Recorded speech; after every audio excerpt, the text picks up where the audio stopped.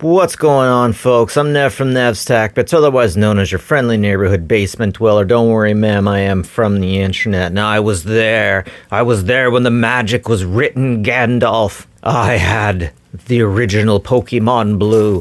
I had purchased it at the local Zellers on day one on release date, and I was the only one. Holy crud, am I the first person in my area to get it? The first round was great, but I was already in grade 10 when that came out. The next subsequent adventures that came out just weren't quite my flavor. And, yeah, I had to grow up and get into girls, and it was definitely more difficult when you're on the front wave of all of that. Now, later on, it would become easier. Anime would become super popular, especially with skateboard culture, and because of that, we got a little bit of an easier end.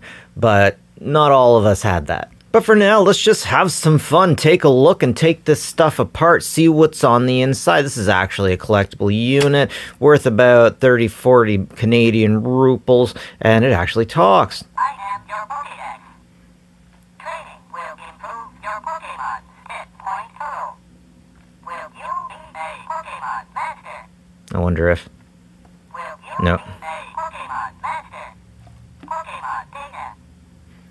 Pokémon data. Of course, I don't have the cards, and the little dude was supposed to go up there and, I don't know, spin around and fly off and punch your grandma in the face or something. I don't make the rules. Let's get some Tim Hortons hockey cards in there. They fit all the same, which is freaking wonderful. I wonder if it will... I am Dexter, your Pokédex. No. Pokémon data. What are you reading? Pokémon data. What is it? Is it Patrick Milieu? All right, let's see what's on the inside. Oh, I'm lucky they put alkaline batteries instead of heavy duty. Don't use heavy duty, guys. Heavy duty is leak. All right, opening it up, we can see that there really isn't a whole lot to this. It's mostly plastic encasing and a few gibbly bits here and there. Let's see what we got on here.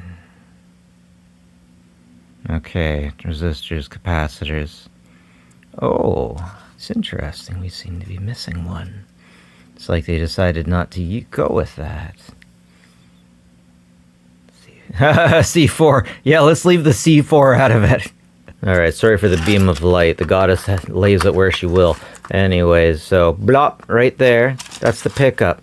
No board, it's just all contacts going to the motherboard. Alright, so wait a sec. We just need to appreciate that there's no actual card reading going on here, but it's all, dude, it's all just buddy right there. And then we get the pickups.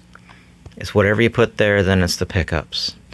And of course, cute little speaker like we used to get in the old G.I. Joe Soundwave units. Very nice. I'm sorry, guys. I just noticed something. Let me get this into the light. Do you guys see that B? Bottom left, just above the knob, the B.